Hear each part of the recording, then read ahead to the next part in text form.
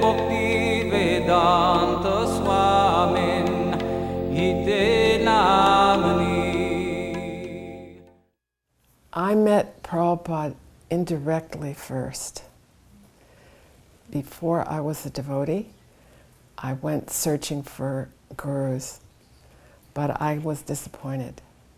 And I gave up my search for gurus, and I went off to join the Back to the Earth movement. I bought back to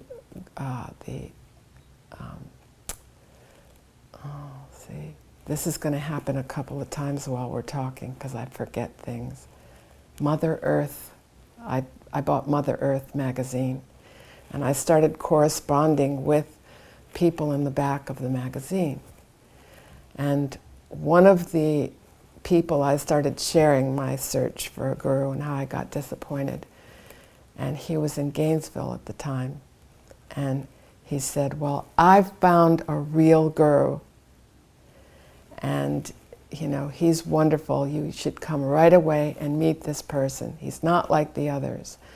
So then I started corresponding back and forth. Well, you know, I've seen some pretty bad things, you know, like does he go on a waterbed with his young lady disciples and eat chocolate bars and soda pop? You know, and then he'd write me back, no, this person is very grave and he doesn't have any sex connection with his young disciples. He doesn't sleep on a waterbed. You know, when he was in India, he didn't even have a bed. You know, he would write me back different things, and then I'd write, well, does he smoke marijuana and have his disciples smoke marijuana? And he'd write me back, no. He follows the 4 regulative principles and he teaches his disciples to. So we went back and forth like this. Each thing that I'd experienced, I'd say, so does he do this? No. You know, so actually Prabhupada was only in Gainesville for a few days. So by the time I was going back and forth, he'd already gone, but the boy didn't tell me that. He just kept saying, you have to come, you have to come. So finally I did. I literally gave up everything, gave away my car, gave all my things away. I had a little backpack on my back and I hitchhiked from New England down to Gainesville. And of course, by the time I got there, Prabhupada wasn't there anymore. And when I got to this man's address, the landlady answers the door. Who do you want? You know, I told her who I was looking for. Oh, I threw him out 2 weeks ago. He's a no good, he ain't paid me rent for 6 months, I threw him out. I'm like, well, I was supposed to visit him. You know, I came all the way from New England to visit him. Well, I know where he is. And she takes me by the hand out to the street and points up. See that at the end of the street there? Them's the Hare Krishnas. That's where he went. They'd take anybody. So I showed up at the temple. And when later in the conversations there, they asked, well, how did you find us? So I told them the name of the young man who'd been writing to me, and they all laughed. Oh yeah, he does this all the time.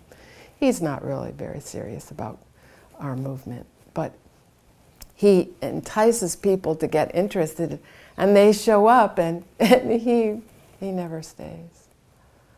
So it was Prabhupada's qualities that he was talking to me about. Then Amarendra Prabhu was in charge of the temple at the time, and he gave us 4 classes every day, one of which was teachings of Lord Chaitanya.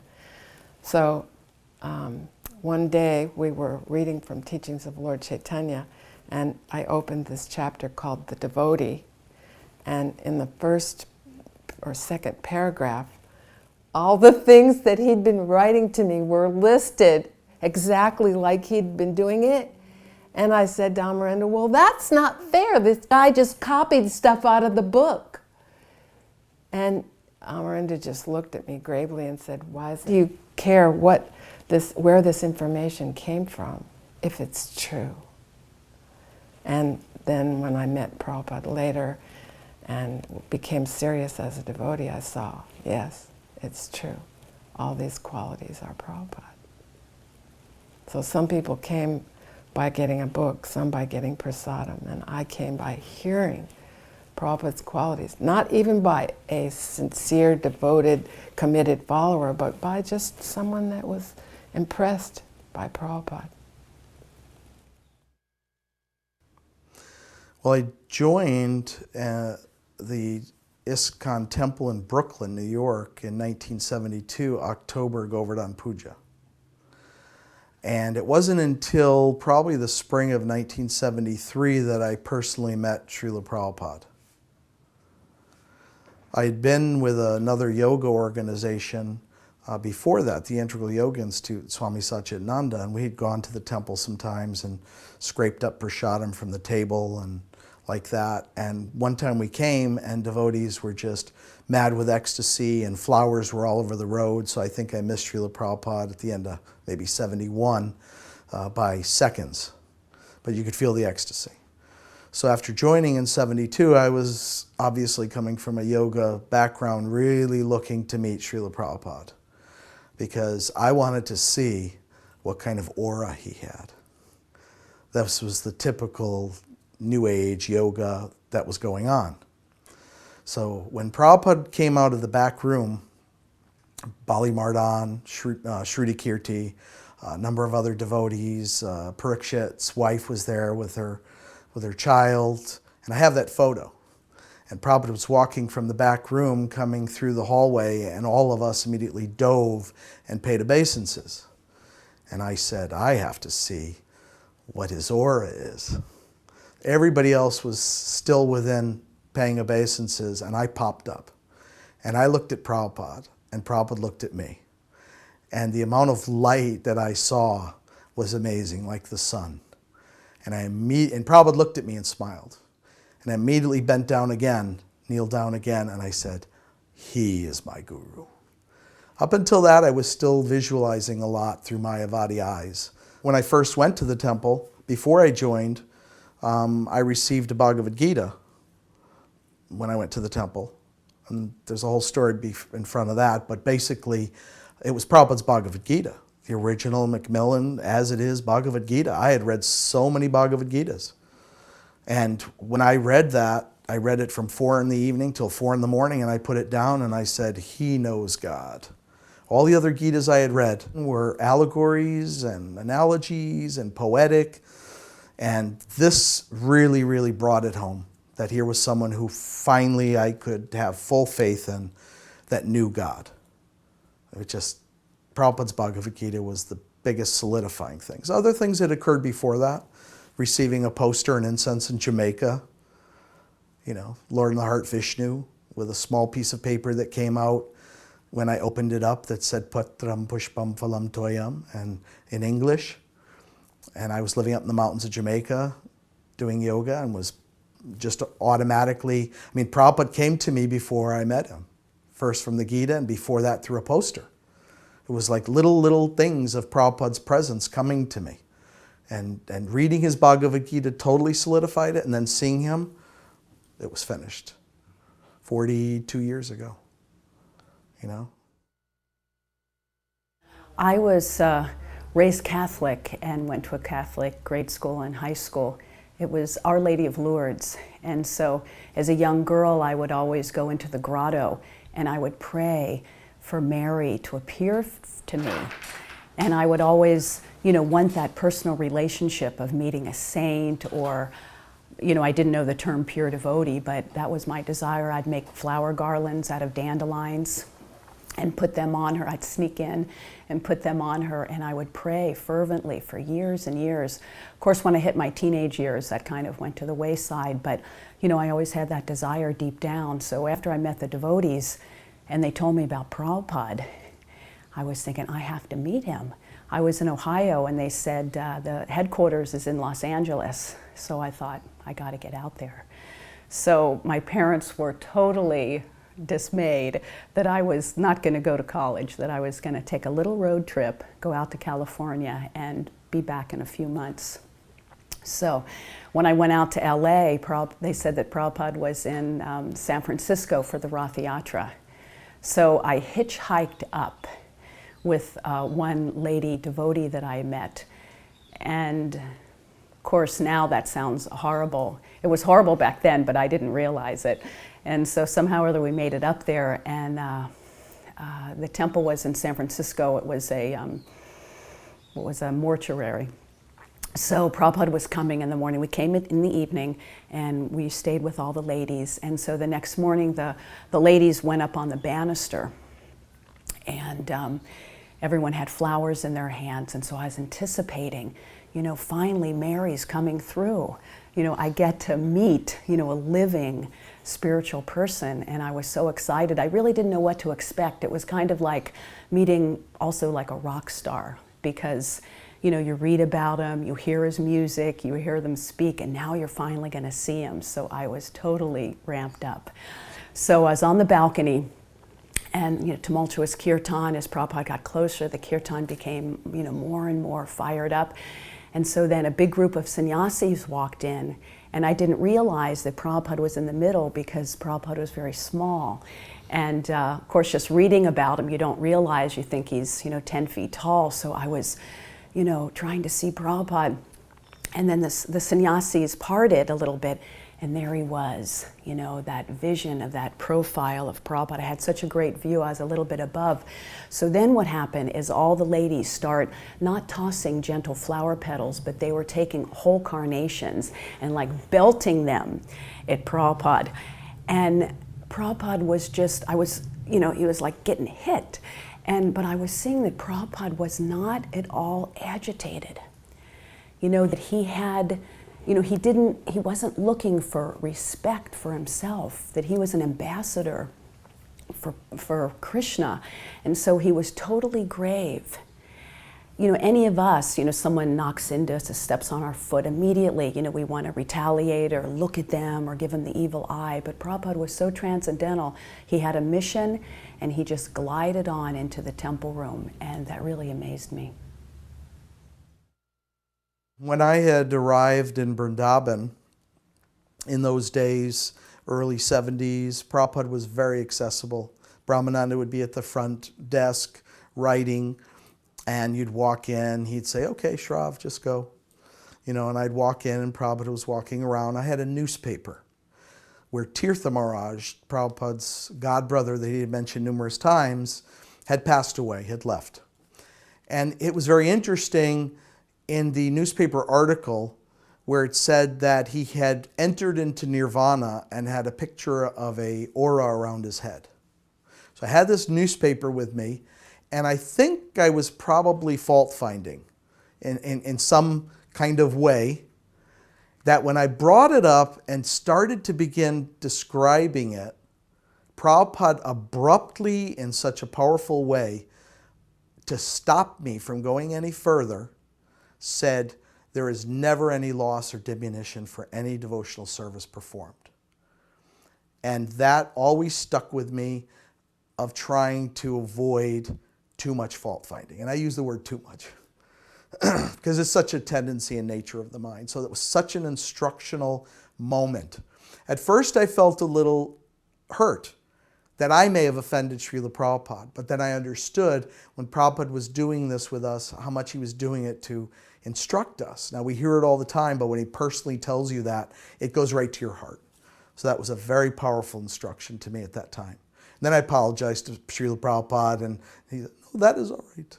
He always would do that. "No, that is all right." And then you get on the ground and just feel like an ant, a microbe, and pay full of obeisances, and Prabhupada, you look up and he's smiling. So that was a very dynamic experience. Because Gayatri had impressed upon me that service to Srila Prabhupada was more important than seeing him, and I elected to help her in the kitchen pretty much the whole time during that festival. I missed all the amazing events up on the hill with the lectures and the kirtans, and I'm eternally grateful to you for providing those to me now that I can participate and hear the realizations of the disciples that were there. I chose to stay in the kitchen, and one thing that I was asked to do was help her make Prabhupada's birthday cake. So the part that I made or helped to make was a banana cake, peeling the bananas and helping her mix the cake in a huge garbage can with a big paddle, and helping her in different ways to bake it and put it together and do all the different parts. And when we were finished with everything, and it was our chance to take the cake up to Prabhupada, we sat somewhere in back of Prabhupada's Vyasa with this cake down low, and we were cutting the cake, and some disciple, maybe it was his servant or someone who was taking care of Srila Prabhupada, came with a plate and said to me, give a piece for Srila Prabhupada. And I took a nice big corner piece, maybe like a big 8-inch piece, and put it on the plate. And I swear, the second I put this on the plate and the man turned around to take it to Prabhupada, the devotees literally, it was like a tsunami of devotees. And I was crushed underneath the devotees grabbing for cake. My face was down in the cake, and I was running out of breath actually, and thinking, I'm going to die here, but this is great. I'm going to die in Prabhupada's birthday cake. I couldn't breathe. Finally, like, all the cake is pretty much gone, and I'm, get up. And since that day, I've heard so many renditions of this story, and I love hearing people talk about their viewpoint of the story. You know, like one person grabbed a piece and ran, and he was chased by everyone, and they all fell down, and the cake was just in pieces all over the grass. Other people were pushing it in each other's mouth, you know, and they were saying like, yes, that chocolate cake was, or whatever. And I said, I would say to them, chocolate? It was banana, you know. And every person I talked to said the cake was a different flavor. So it seemed to me like this cake became a Kalpavriksha cake touched by Prabhupada, and immediately it was whatever the favorite flavor that you had was in that cake.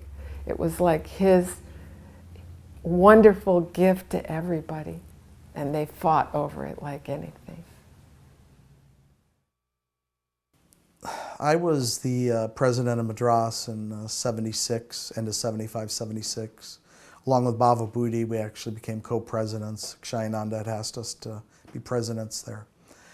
And we organized a 10-day program for Srila Prabhupada to come, front page articles in the Hindu newspaper, and we had tens of thousands of people coming.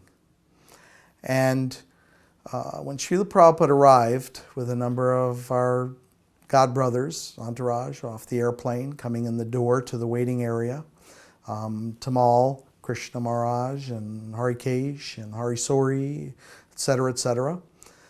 We were all there gathered. The devotees who weren't flying in had come by land, many other older God brothers, Guru Kripa, and we were beginning to have a raging kirtan as Srila Prabhupada came off the stairs of the plane onto the tarmac, and all the people in the airport were starting to gather.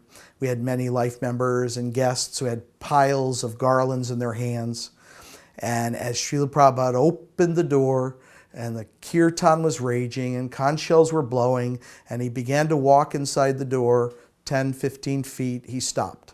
And at that point, as the kirtan is raging, people began putting garlands over his head. Problem was, people were so excited to put garlands over his head that his face began to disappear.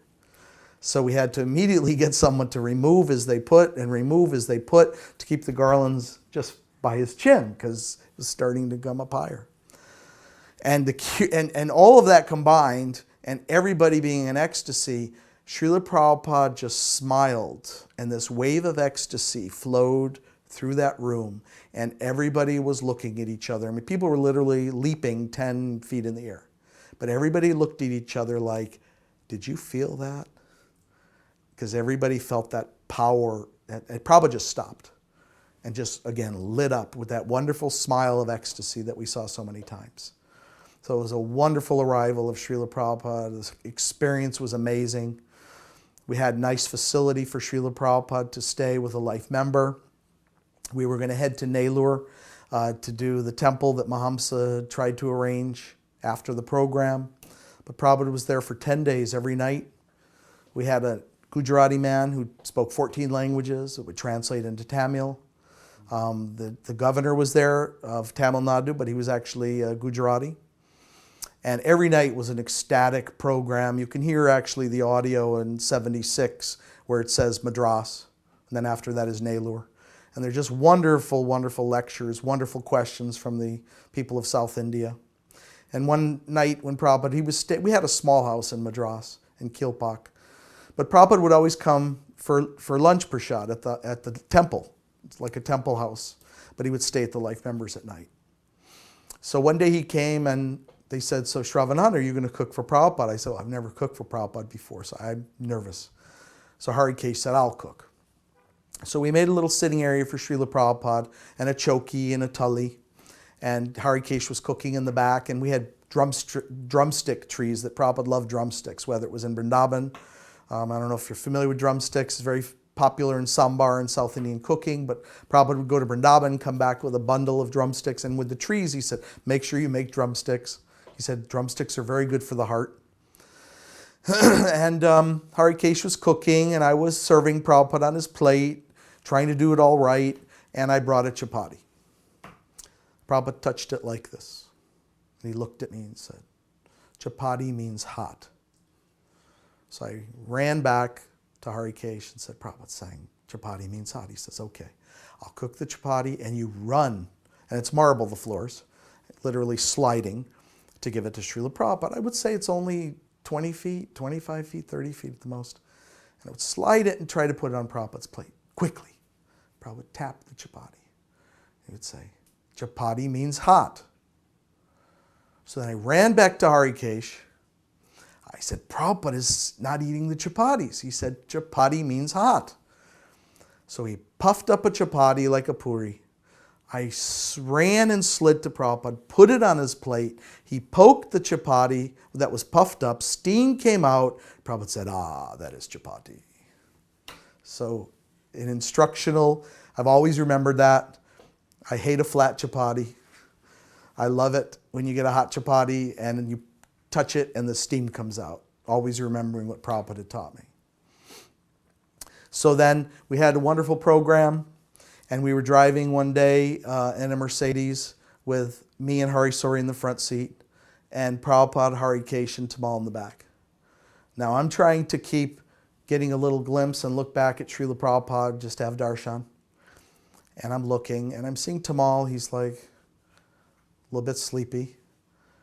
And I turn around, and Tamal has got his head on Prabhupada's shoulder, snoring. And I turned around to Prabhupada quickly, and Prabhupada's love and compassion, like it was his child, was like, don't wake him, don't wake him. And at that moment, I saw another aspect of Srila Prabhupada that was just so amazing. His love, his kindness, his compassion. I mean, we're lowly disciples. He's a Shaktivesha avatar, wonderful, divine, pure devotee, and how much love he had. And seeing those things, sometimes you don't see it unless it's in real life or in videos. Prabhupada had those qualities that were always so compassionate, so amazing. So Hari Sori and I were kind of laughing about it, and Prabhupada was like, just, let him sleep, let him sleep. Very kind. Prabhupada was coming. He had left Los Angeles in the summer of '75. At that time, I was already initiated, I believe, first initiation. So Prabhupada was coming. He pulls up, and all the big guns were with him, Brahmananda and Tamal Krishna Maharaj, Jayatirtha.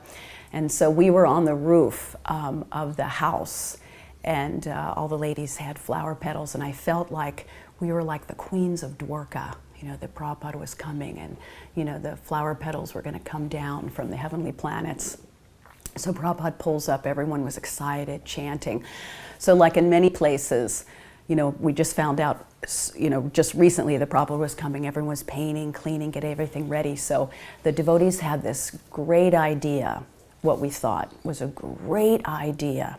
And we painted the sidewalk, this beautiful lotus flower. And then the steps that were leading up to the house, we painted the Hare Krishna mantra on the steps. So there was about 5 or 6 steps, Hare Krishna, Krishna Krishna, Hare Hare. And because we were infants practically still at that time, we thought, wow, Prabhupada will really like this. He'll really show how Krishna conscious we are. Well, it certainly did show how Krishna conscious we weren't. So when Prabhupada gets out, big kirtan, he goes to walk up the steps and he sees, that the Hare Krishna mantra is there. So I'm up on top, I have a good view, and I was seeing that Prabhupada was immediately disturbed, and he spoke to the next one, who spoke to the next one. And it stopped the Gunagraj Maharaj because he was the president, and he had to take responsibility. But then Prabhupada, of course, refused to walk up on the steps because the Hare Krishna mantra, he had taught us that Krishna and his name were non-different. So to walk on Krishna's name was such an offense. So Prabhupada walked around and went up the grass, up the embankment, and went around to the other side of the temple, just to show us that, what offense this was. So needless to say, very soon afterwards, the devotees were out there painting that over. So that was a good lesson for all of us.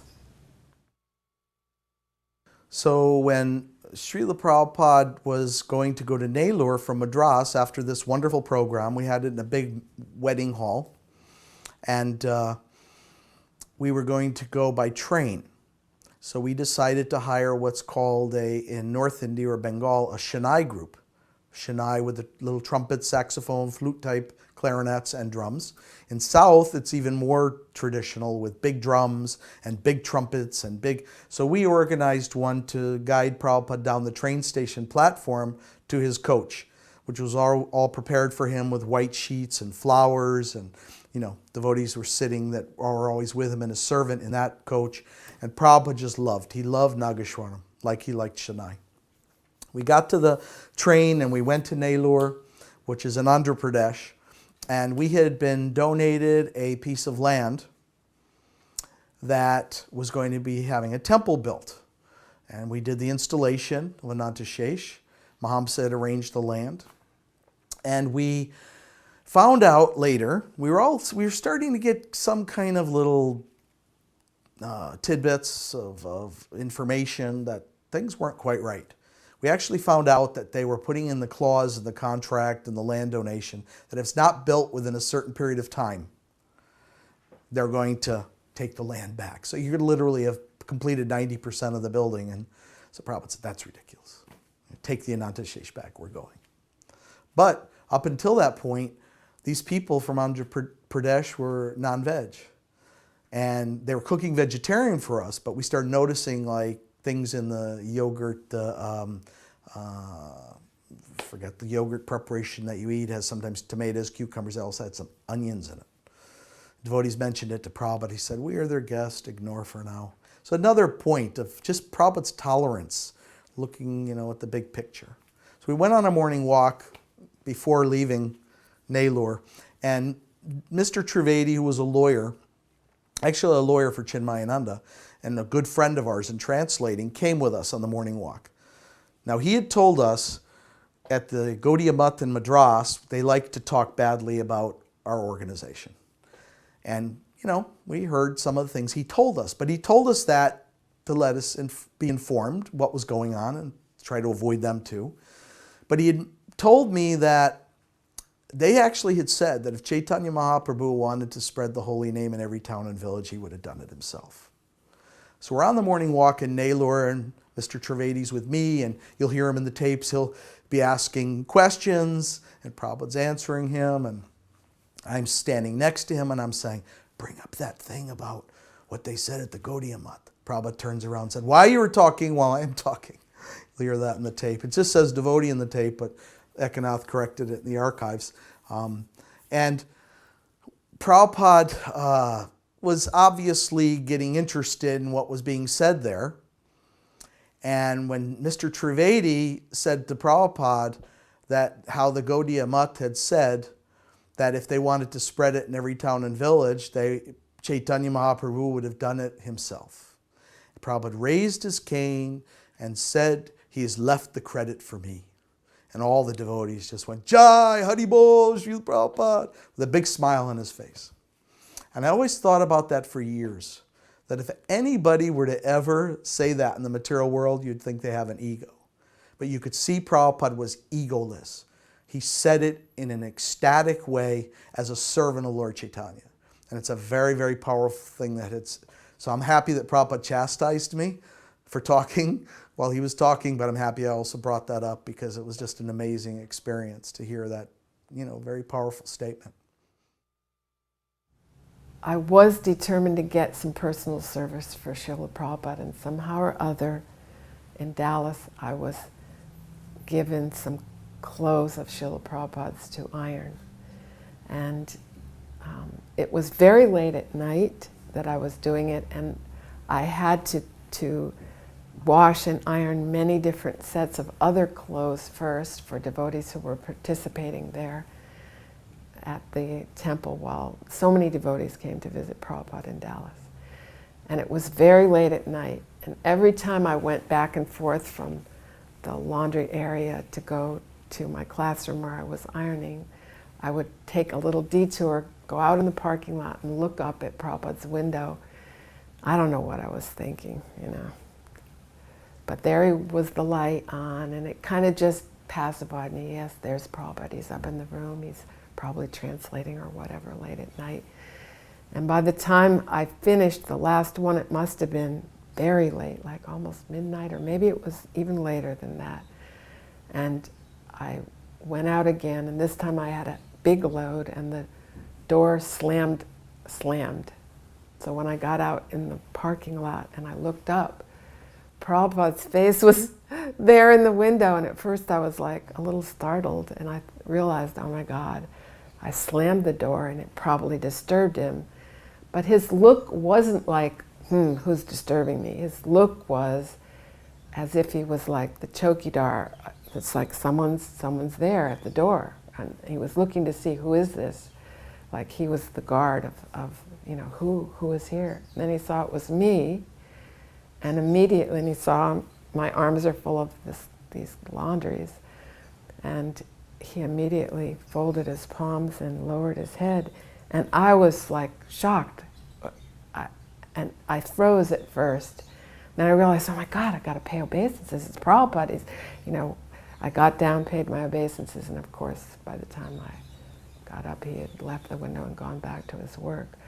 But for him to recognize my little insignificant self like that, it meant so much to me. Here he is receiving my service personally. He was thankful, the tiniest little person who did any little thing in his mission, and he wanted us to know that. One other thing, when Prabhupada was staying at the Life Members' Home in Madras, he was talking with all of us and the Life Members and having a nice conversation, and devotee brought up at the Parthasarthi temple in downtown Madras, which we did programs at. They're very nice people there. It's Parthasarthi. So they had a mustache on Krishna. So devotees brought this up to Prabhupada. And Prabhupada said, Krishna does not have mustache. He said, Krishna has like peach fuzz of a young man just going through adolescence. And he said, Nava Yovanam, eternally youthful. He said, there is no mustache on Krishna. So it was very nice that Prabhupada took his finger to his lip as though he was, he used the word peach fuzz too, like little light hairs. Prabhupada was explaining Krishna has no mustache because he's Nava Yovanam. So that was a really nice experience too. And then one time in Vrindavan, we would go every morning in the early days when it was just huts and the Vrindavan temple was being built. Just go out with Prabhupada every morning, and there was no construction anywhere except, sand and some little bit of cement and steel coming up. So all the roads were just agriculture, and we would take a mat and Prabhupada would sit on the side of the road and call over Mayavadis and chastise them, speak in Hindi with them for a while, and then get into a debate with them, a heated debate. They were always respectful and they would leave, and Prabhupada, but he was showing us the fierceness of challenging the Mayavadi philosophy. And I once asked him, Srila Prabhupada, people are so stuck in darkness. How do you tell a person who's blind, that there's vision, that there's light when they've never experienced it? And Prabhupada said, prasadam. He said, prasadam is the most important thing to bring people out of darkness. So that was also a very major thing I've always remembered, because I know that you had mentioned earlier about how I was first influenced. That's how I pretty much moved in the temple. That was like the last, straw, nice straw, that didn't break the camel's back, but broke my attachment to anything. And to move in was the prasadam. It was Govardhan Puja. And mountains of prasadam. And basically slept on the prasadam floor that night, just keeled over. And so Prabhupada's program of prasadam, you don't find this in any other yoga group. I had eaten so many, Sri Chinmoy, this one, that one, whoever you're going to mention, and everything was very, very spicy, but there was nothing like the cooking that we had in those early days in the temples. The prasadam was just amazing, and the devotees had so much love and devotion, and it was opulent. And that was another big thing to make us join in those days. Most devotees I've spoken with. And Prabhupada reiterated it there right on the side of the road in Vrindavan, how important it was. I was able to go to India in 1977. And that was, of course, the last year that Prabhupada was with us. So when we got to Mayapur, the ladies were given the rooftop of the kitchen. Now, the rooftop is exactly the rooftop. It had no plastic over it. It had no shelter at all. So we all got up there, and within a couple hours, a huge storm came. It was blowing everything away, and we were totally unprepared, and everyone got really sick. And so some of the girls I was with from San Diego became really delirious. Everyone was really sick, and there was no facility. The the latrines were stopped up. It was a horrible flood. But Prabhupada was there, and he was giving the morning class. So the next morning, I don't know how I even made it to class. I crawled, really. It was quite a distance, but I had to see Prabhupada. So when I was in, and he gave the Bhagavatam class, it was the talking about Prahlad Maharaj. It was during the time of the deprogramming in America, and so Prabhupada was talking a lot about Prahlad and his demoniac parents and like that. So I was listening, but I was really holding my stomach, and I was bending over and catching some of it, but really in pain. So after the class, Prabhupada would circumambulate with the Gurukula boys, and he would go around, and so the devotees were up dancing, but I was sitting down because I was so sick. I was a little dizzy, I was feverish, and I was watching Prabhupada. He was circumambulating, and he would ring the bell, and each time he'd go around, he'd ring it a little. The devotees the kirtan was getting more and more fired up, and then I was watching Prabhupada, and Prabhupada was looking over in my direction. Of course, I thought he was looking right at me. And then Prabhupada, with his hand, he just gave a very beautiful, very wonderful, graceful gesture of rising above. He was taking his hand, and so with that one gesture, he uplifted me off my suffering bodily concept condition, and I jumped up and started dancing. And I was realizing at that time that not only was he lifting me, but he was lifting the whole world. He was lifting the whole world with, simply a mere gesture, because behind that gesture was all the potency of the disciplic succession, the parampara, Sri Krishna himself and his spiritual master. And I was transformed for that brief time. I was totally transformed to the spiritual world, and it was ecstatic. And then after 3 times around, Prabhupada, went up with his entourage, and again I kind of crumpled down to the floor and somehow crawled back to my room. But that was an amazing experience that I'll never forget. We were so violently sick at that Mayapur festival. I can't remember if it was 74 or 75, because I arrived in India December 73, so it might have been 74. And things in those days, they were using very, very bad oils, which we eventually got ghee from Holland, containers full that Prabhupada was very pleased about. And everybody was violently sick. I mean, literally everyone. And there's a portico type rail covered area on the outside of the first, I think, Lotus building, the guest house. So we were all laying there on mats and whatever we had. And we could barely pay obeisances to Prabhupada or turn over to even acknowledge it, but we tried our best. And Prabhupada was walking around and very disturbed that everyone was so sick, so he called a homeopathic doctor. And I remember the homeopathic doctor, he couldn't even put it in our hand and give us a glass of water, which in homeopathy, you just put it in your mouth and dissolve it. He personally put the pill in everyone's mouth, and Prabhupada was also walking around near him, around him, constantly seeing the devotees and observing. And within literally minutes after the pill went in our mouth, Prabhupada, whoever he was in the area, was very happy. And we woke up and out of a slumber of unconsciousness and very bad disease to almost being fully conscious, like, what just happened? What just happened? And I never thought about it too much until decades later, where I really felt that Prabhupada was performing a miracle.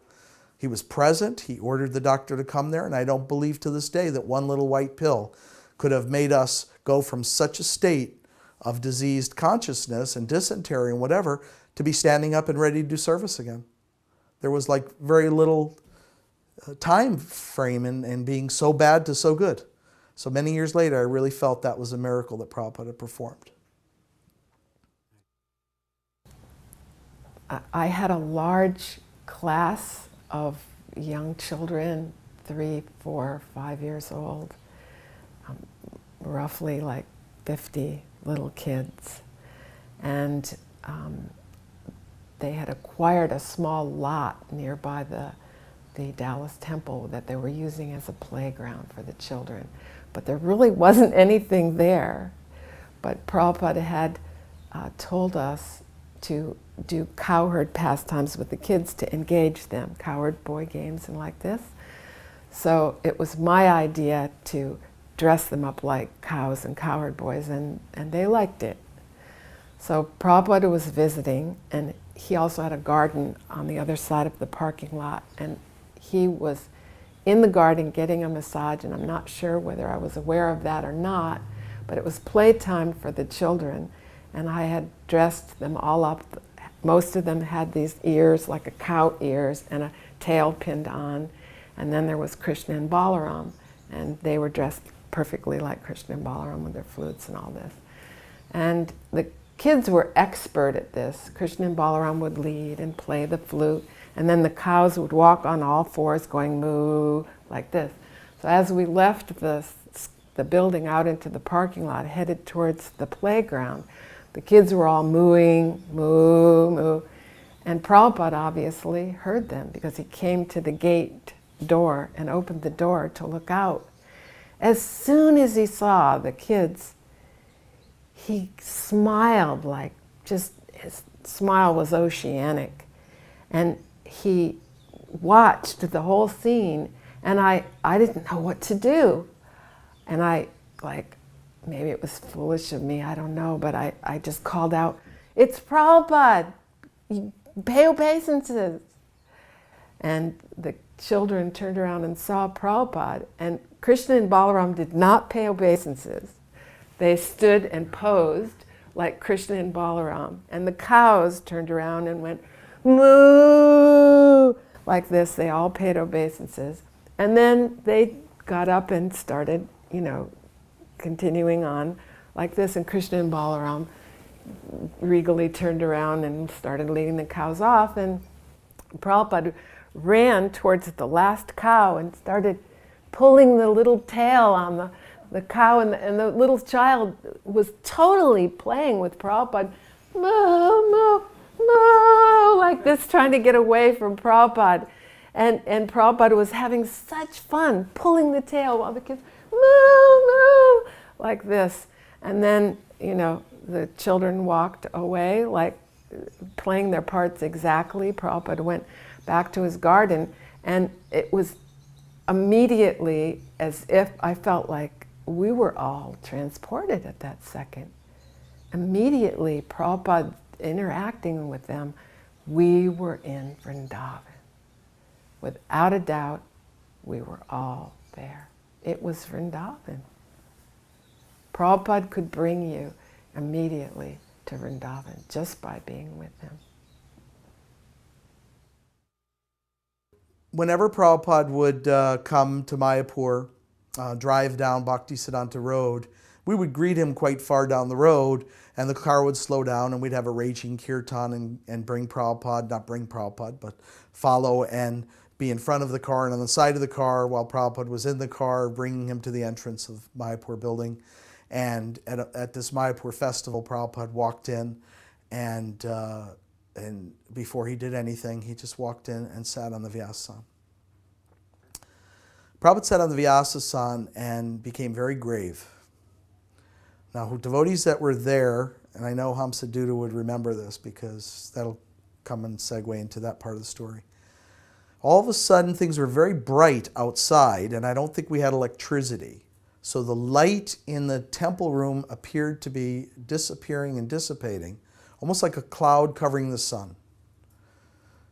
And everybody became very, very sober, and instead of singing Jaya Radha Madhava or leading into giving a lecture, Prabhupada just started talking. In this very kind of different lightness within the temple, Prabhupada's color seemed to change. And Prabhupada said that in your previous life you were all associates of Lord Chaitanya. And he said, somehow or another, I have been designated or assigned as the captain of this ship. But you have actually done everything to spread this Krishna consciousness. And then Prabhupada went into ecstasy. He just sat there, went into ecstasy, and the whole room was frozen in time. And everybody was feeling it because everybody was looking to the side, to the other devotee next to them, like, are you feeling this? Could barely talk. And Prabhupada wasn't speaking for a long time. And I don't think anybody wanted this experience to stop.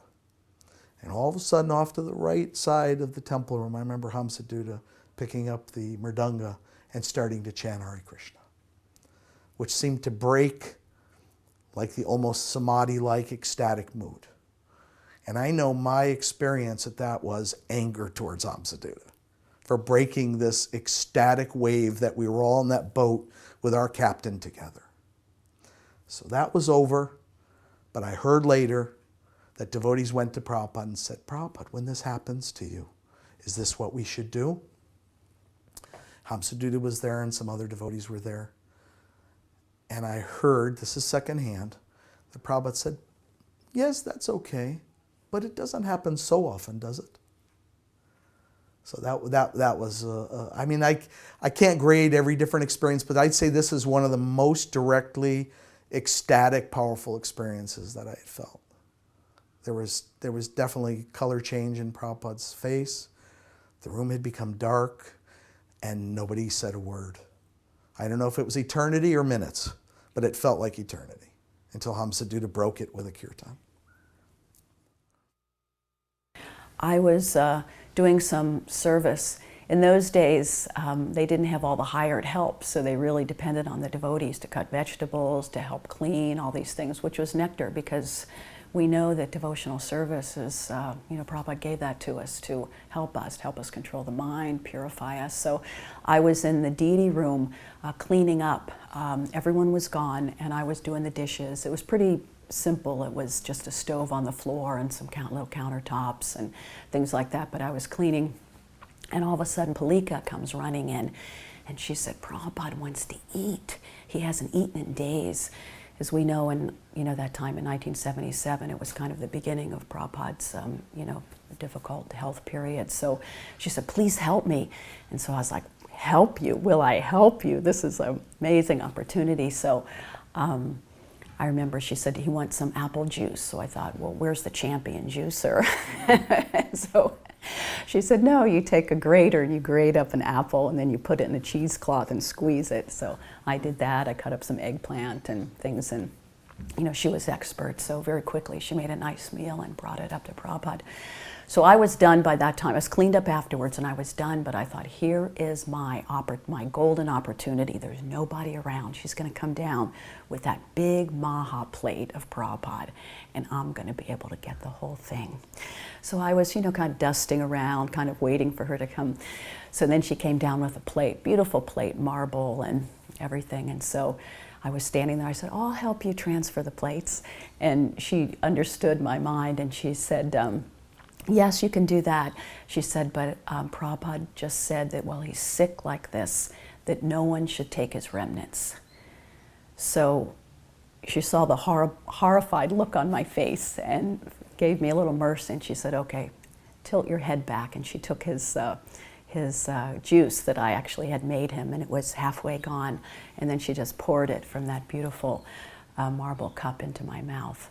So even though I was disappointed on one hand that I couldn't enjoy more of the maha, I was really appreciating how Prabhupada, in his bad health, the year of his death, just several more months and he would be leaving us, he was still concerned about his disciples and for the devotees not to take his remnants in case there was any kind of disease or anything like that. Of course, that's in his humility. Devotees would have lapped it up in a second, but Prabhupada was always so caring about the devotees, and it wasn't just when he was feeling good, because that's easy to do, but when you're in a difficult situation like that, to care about others, it really showed his magnanimous outlook and his personality and his caring, and that he really, really truly loved the devotees, and it came out in so many ways. And so I really got to experience that firsthand.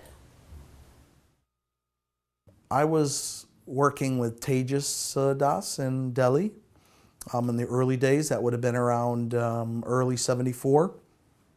I had first arrived in Vrindavan, and Tejas really wanted my help and for collecting and building the Vrindavan temples, so I went there. And some 6, 9 months, 10 months later, Kshayananda had come through and said, Sravanananda, I really need a president in Madras. Would you mind? I said, okay. I spoke to Tejas. So Prabhupada was there at the temple, and I was heading to Vrindavan first. I wanted to go to Vrindavan and have darshan before I went down south. And Prabhupada was actually down below this little stairway and circumambulating Tulsi and chanting japa. He had his little Prabhupada hat on. It was winter, so it was probably possibly late '74. And I didn't know Prabhupada was there, and I'm like kind of escaping to go down to South India and go to Vrindavan first, and I just got down and paid obeisances to Prabhupada. And he said, where are you going? I'm like, uh-oh. And I said, Srila Prabhupada, I'm going to Vrindavan before I go down to Hyderabad. And Prabhupada said, oh, then you can come with us. We're going also. And I'm thinking, okay, I'm going to squeeze into the car, and Tejas is going to give me a little bit of chastisement, and anybody else, like, why are you coming, Shrav? There's no room. I said, Srila Prabhupada, no, that's okay. I'll just take the train. He says, no, we'll make room. I said, no, it'll be too tight, Srila Prabhupada. Says, then we'll squeeze you in. And I'm like debating with Srila Prabhupada that I, can't go in the same car with him, but I know possible repercussions as a new brahmachari. So I said, no, that's okay. So Prabhupada kind of at one point said, all right then. He said, then please, when you arrive, you'll probably arrive before us. Tell Guru Das to arrange my bed on the roof. Because in those days we had very little electricity, no fans, no air conditioning, so we slept on the roof to try to get some breeze. So I arrived in Vrindavan. I immediately told Guru Das, I said, this is what Srila Prabhupada told me. He said, okay, we'll make the bed on the roof. And then after that, Prabhupada arrived. So I was there to greet him at the car. Well, two things really stood out to me. One was this was the early days where various people were starting to get very fancy suitcases, like Halliburton and Hartman and like that. And Prabhupada got out of the car, and first thing he said, "So you made arrangements?" I said, "Yes, Srila Prabhupada." His little suitcase was, you know, in probably real dollars in those days, $5 or $10, with a rope tied around it. I mean, like something you would have gotten Woolworths, which most people don't even know that, you know?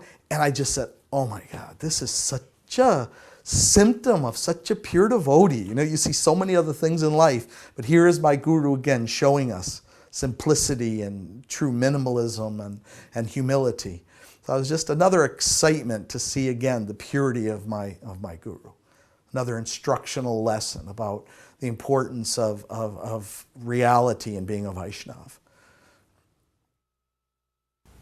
In my large class of small devotees, who, by the way, brought me up in Krishna consciousness, I'd only been in the movement like 8 months or 9 months when I was told to go to Dallas, and all of them were born in the movement. They'd been there 5 years. They're the ones that cultivated me, practically speaking. And all the children were taught to chant Bhagavad Gita slokas.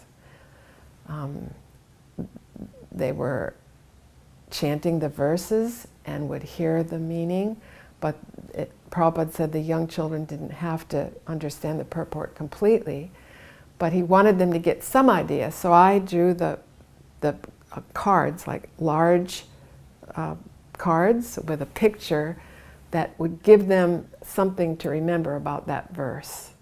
And that's how we would do it. I'd hold the card and they'd chant the verse, and the next one, then the next verse, and then like this by picture. And then Prabhupada wanted us to bring the children into the temple room on Sunday and have them all together chant all the Bhagavad Gita, the whole 18 chapters. And I was thinking, whoa, you know, this is really going to be a lot for 3- and 4-year-old kids to do. And I was thinking, you know, like, do we have to? But Prabhupada mentioned that one of the important reasons why he wanted the children to memorize these verses and be able to rattle them off chapter after chapter after chapter, he said that these verses and this recitation is impressed forever on the subtle body. And if these children don't make it in this lifetime, it goes with them to their next birth. They will have the entire Bhagavad Gita already there with them to help them. So that was enough for me. It pacified me. And not only did we do it in class with cards, but on our way to the playground, you can imagine I've got 50 kids. How am I going to tie 50 shoes and keep all these kids sitting down and engaged, right? Again, the verses, the slokas, while we tie the shoes, you know, me and the assistant would tie all the shoes and we'd do a chapter. While we're at the laundromat, you know, so the kids didn't tear the whole place up and run out, and, you know, okay, let's all sit down and do chapter 6, you know, while we're changing the clothes. And this became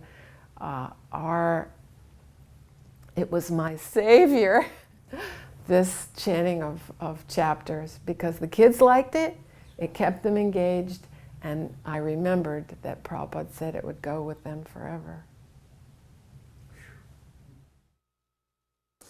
I had come back to America for collecting for Mayapur.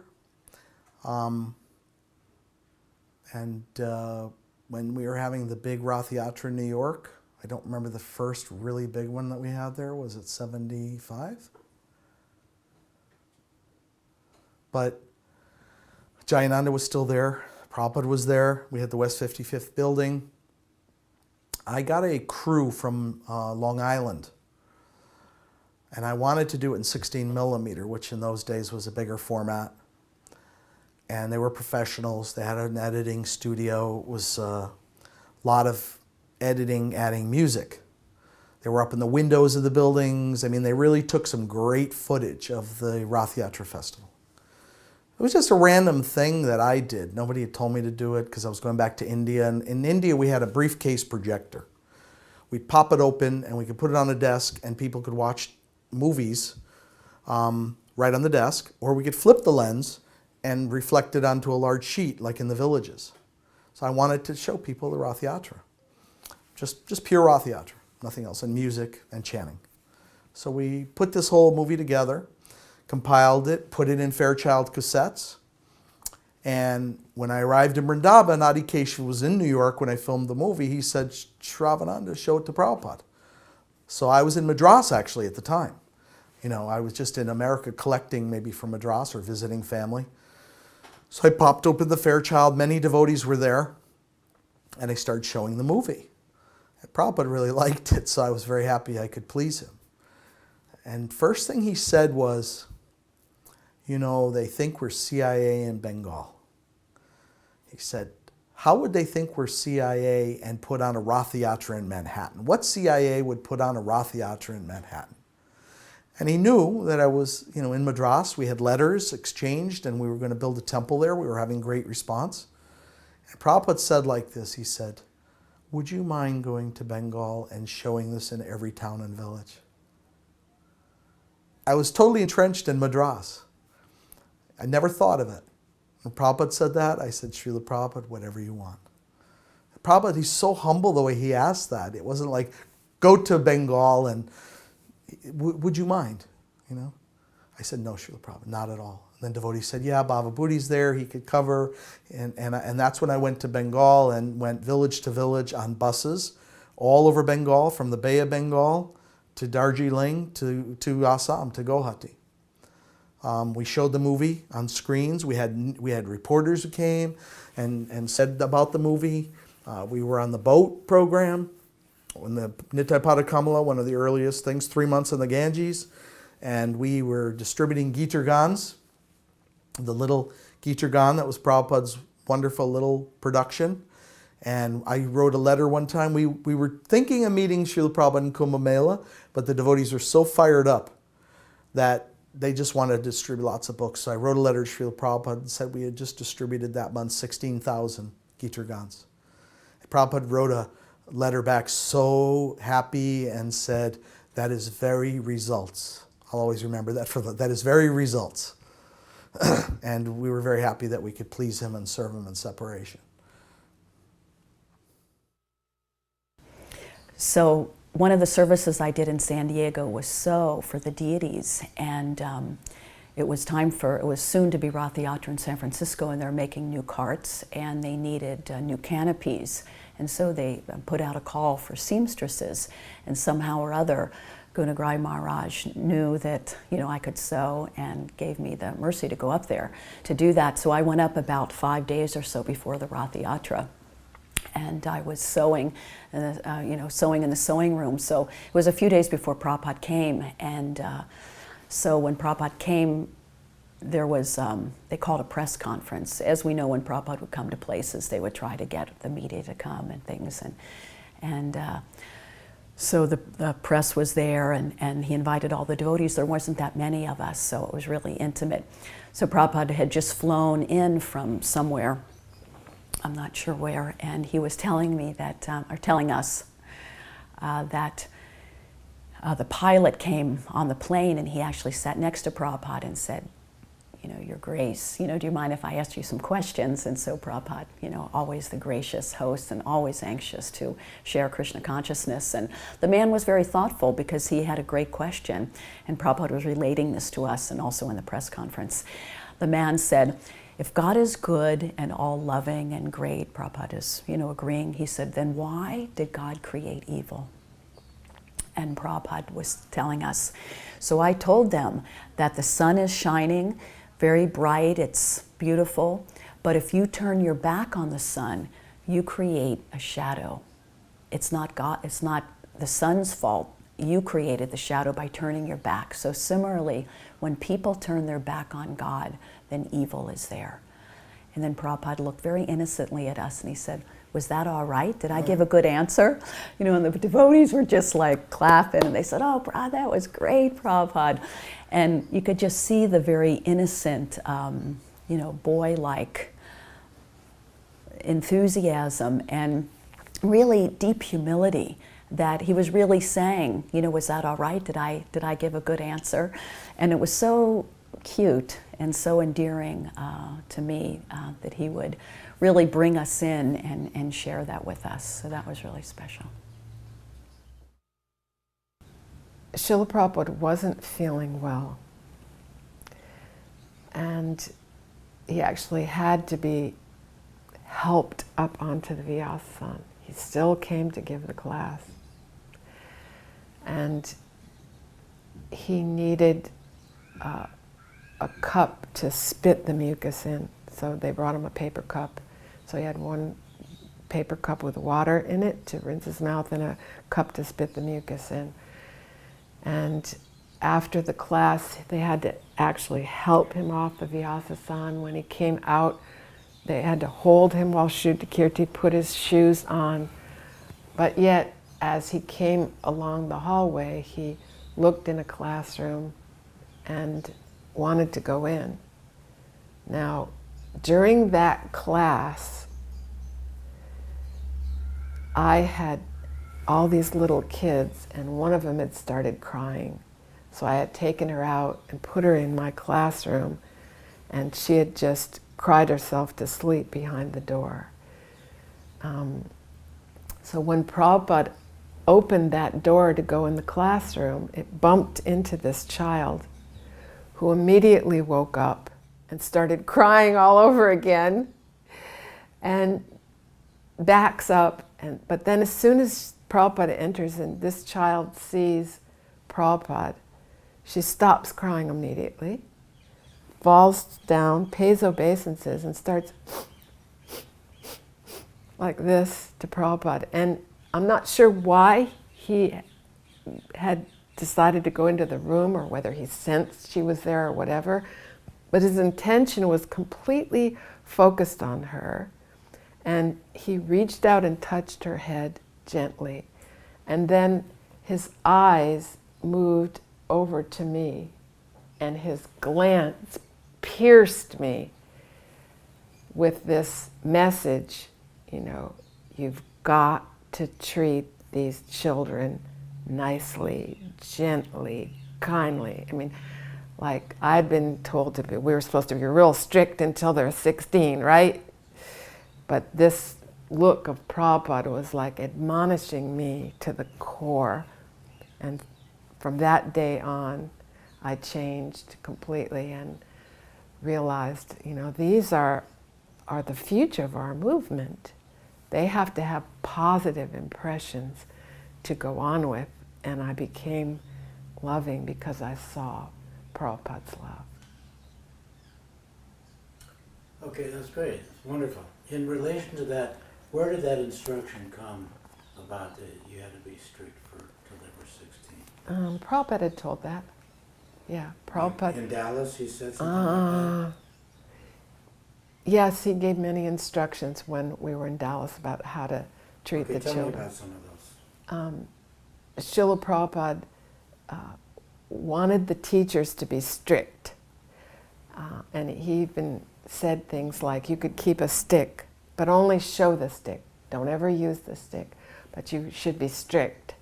And he said classically, that when the child is very young, the parents lavish attention. Then when they're 5, they're strictly managed till they're 16, then you have to befriend them. This was how to do it. So I had the stick in the corner of my classroom. I never used it, but I was very strict with the children until that incident. And not that I let up on discipline, but I realized that they needed more than just strictness.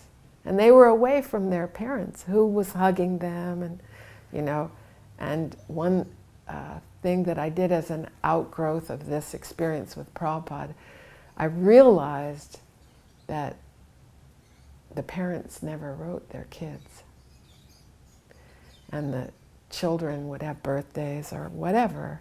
And, so I used to write the children cards and letters from their parents and have them mailed and, pretend this came from. There were a few parents, okay, that did right, but not everybody. So I wrote the birthday cards and things from the parents so that they would feel loved, because I realized that without that love, they weren't going to stay. Why was I staying? Was I staying because Prabhupada was strict? Follow the 4 regulative principles, get up every morning, take your cold shower. No, that's not why I stayed. I stayed because I knew Prabhupada loved me. He loved me. That's why I stayed. Prabhupada's instructions in his books were extremely powerful, and his desire to save every living entity within the universe by the distribution of not only his books but paraphernalia, the spiritual sky incense to the poster. I mean, it was like Prabhupada was all pervasive as Jagat Guru. Wherever you went, whether I was hiking across America and seeing devotees in Vancouver or Boulder, I mean, by Prabhupada's mercy, all he wanted to do was to save everyone in this world. And just so much contact with devotees and paraphernalia. And then finally Prabhupada, it just culminated in the massive nuclear explosion of his radiance and sun, and seeing him for the first time in Brooklyn. Now, I was sitting with what is now the head of the Integral Yoga Institute, and he was my friend. And we were sitting in a car, and he had long hair and a beard, and I still had very short hair like now. And I was with that yoga group, and we were opening up a black and white Back to Godhead. Again, another mercy of Srila Prabhupada. And he was opening up this magazine, and I said to him, "Do you think you could ever become a Hare Krishna?" He said, "Yeah." And I said, "I don't think I could." So he's the head of the Integral Yoga Institute now, and I actually became a devotee. So Prabhupada's mercy is so powerful. His mercy was so powerful that no matter how hard I try to get away, he's always there and pulling us in. It was an old black and white Back to Godhead, and just kind of freaked me out. But then I saw a devotee on a train in New York, smelling of incense, beautiful, attractive cloth, kirtan on the train, giving out books. Prabhupada's influence was truly all-pervasive. But he was always gracious. When he was a guest at someone's house, he wasn't a king. He was always a servant. He was always there to serve even his own disciples. All the other gurus, the relationship was very odd. It was just a ladder I was climbing, but very quickly disillusioned. And I've never looked backwards. I've never ever thought I needed anyone else. I need my God brothers and other devotees association, but other than another guru, everything is there in Prabhupada's books. It was his Bhagavad Gita that changed my life, because I had read so many, from Gandhi to this one, Vivekananda, whoever I could get my hands on, and I just didn't feel anything. There's just nothing there. I read Prabhupada's Bhagavad Gita. It was one pure realization in every word. And just his kindness. I'll tell you where I felt his greatest kindness when I listened to audio of Prabhupada with that doctor in Bombay on the morning walks. And I'd been with many morning walks there also, whether it be Madras or Bombay. I forgot his name, if it was Patel but all devotees know him, because he would ask aggressive, somewhat condescending, irritable questions to Prabhupada. I never saw Prabhupada upset with him once.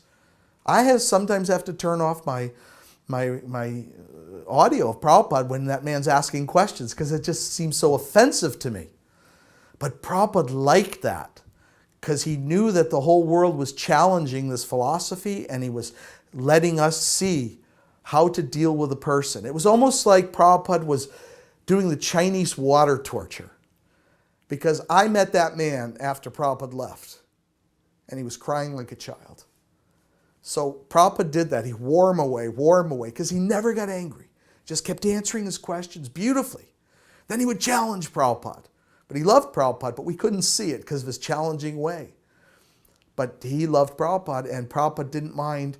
And he actually Prabhupada was requesting him to come to Kumbh Mela. And he kept, with with me going to Vrindavan, and he kept saying, no, I can't go on this road. He eventually went with Prabhupada, from what I heard, to Kumbh Mela. So just the qualities were just amazing. And anytime Prabhupada chastised us, it was 5 seconds of pain and just thousands of hours of ecstasy, because it was like cleansing. And it wasn't often, but I've had the cane raised at me, I think, twice, for maybe talking to someone behind him, or that was usually it. I didn't want to say too much on morning walks because of that, and I stayed a little bit behind sometimes, but it was always ecstatic. I never once had a doubt to this day, and I'm just so happy I found Prabhupada. Or he found us. You know, he was looking for us, and just pure mercy of Srila Prabhupada. One of the things that I really appreciated about being in the presence of Prabhupada was the excitement that Prabhupada brought. Even though Prabhupada never came with a big fanfare and he always kept such a humble profile, the love of the devotees when Prabhupada would come was so exciting and so contagious that even as a new devotee, the time I came in late 74, 75, the movement was so big. There's thousands and thousands of devotees, and everyone was hankering to get, a little bit of nectar from Prabhupada. But Prabhupada was so large and so big in his presence and his love that no one ever felt left out, even though I didn't get to go on a morning walk or have a personal conversation with him. I felt so included. He was so inclusive in his personality and his love that it really just radiated from him. So you felt really satisfied.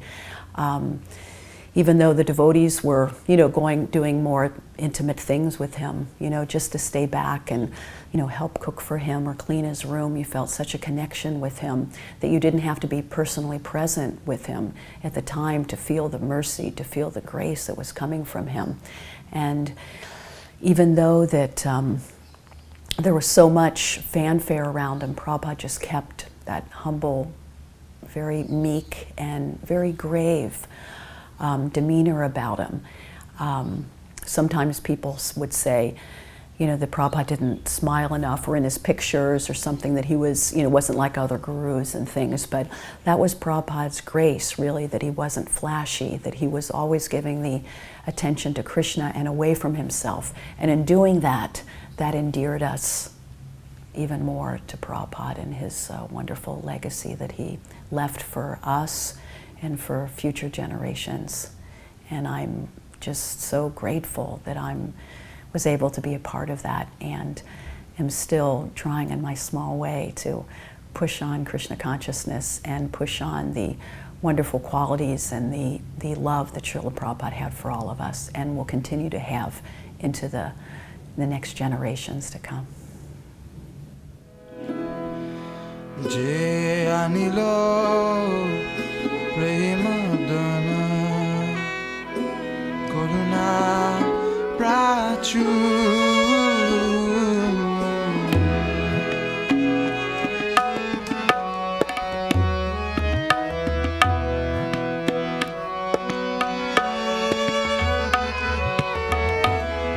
Je anilo premadana karuna prachu